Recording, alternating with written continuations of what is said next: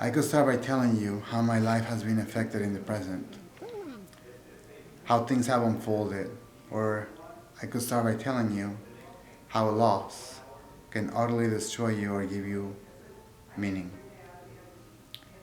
like it has happened in my case. But I think I'll start from the beginning. I'll start by telling you about a person that involuntarily, painfully, involved me in this fight and gave me and my life purpose in the process. Started back when I was a banker in 2020, and I received a phone call while at work to tell me that she had just lost everything that she had. And we had to witness it all be lost and turned to ashes on TV. She was able to get out on time to survive it, but that was just the beginning of it. In reality, it all started since pretty much I have memory. She would fight tooth and nail to keep me safe and keep me fed, clothed and happy with whatever she could get a hold of. She always fought for me. How could I not try to return the favor when that raging fire came in 2020 and took everything she owned, everything she had to show for? And for as little as that was, it was all she had, and she worked really hard for, under the scorching sun in the fields of the Oregonian land. It wasn't much, but it was everything she had, and she was proud of having it. I was really proud too. It was all burned to ashes. Everything was gone in just minutes. Everything. Except her will to survive. I had no words to tell her anything when she lost it all. Instead, she gave me hope, and she pretended it wasn't a big deal. Even then, she was always trying to protect me from worrying to death. She kept moving along with a smile, and knowing that the only thing that the fire couldn't take was her dignity and her ability to start over, as we did many, many times before the fire. She had bigger challenges before, she said, and had always come out winning. We would do it once again.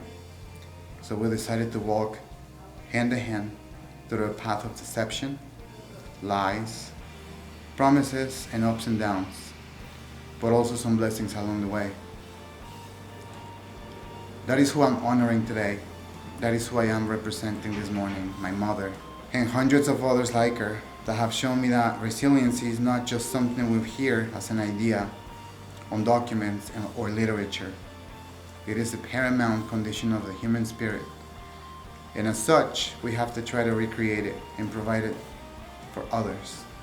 Create the necessary tools for many different communities to strive and succeed when disasters like the fire I just spoke about happen. Because it will happen again. Sadly, this is a fact. And the question is, are we ready to face it?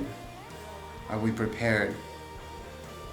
Have we built an infrastructure to create safe and healthy spaces where people like me and my mom would have received all the help in the form of different kinds of assistance?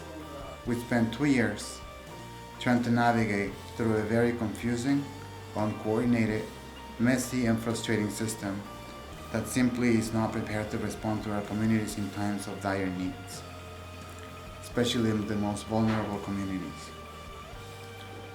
My mother was lucky to have people like me to advocate for her and get her the assistance that she needed, people who say to her often. The language barriers and immigration status were on top of it all, another challenge for most of the affected victims like her. At the end of the day, that will make many of them quit and face adversity the only way they know how, on their own. And that is not who we are or who we should be okay with being. I know that none of us here feel any of this is okay. That is why we are here this morning. But I'd like to remind you who is behind this idea and who's counting on us.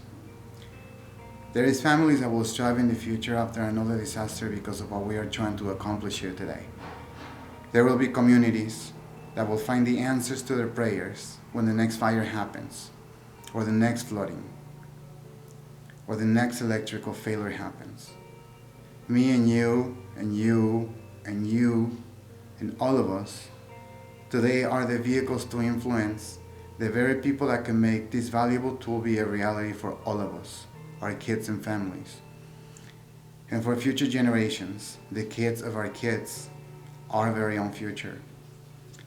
That woman I have been fighting for, the most courageous woman I have ever met, my mother, died in my arms a month ago today. It was very unexpected. It was lung cancer. We have no idea she had it. Was it hardship of her living conditions since she lost it all? Was it the subsequent COVID diagnosis that she also had to endure and survive? The worrisome and trauma a factor in it? I don't know. But I am here to honor her spirit, her bravery, her fearlessness, and that promise I made to her the day before she died, that I would always fight every day of my life to advocate for people like her, and for those that cannot advocate for themselves, and also to imagine that she looks down on me from heaven with that look of pride, like the same look she always gave me whenever I would win a battle for her or her friends. Today when you get out there, please honor her memory, my mother, Maria Leticia Campa, the most amazing and fearless fighter I've ever known.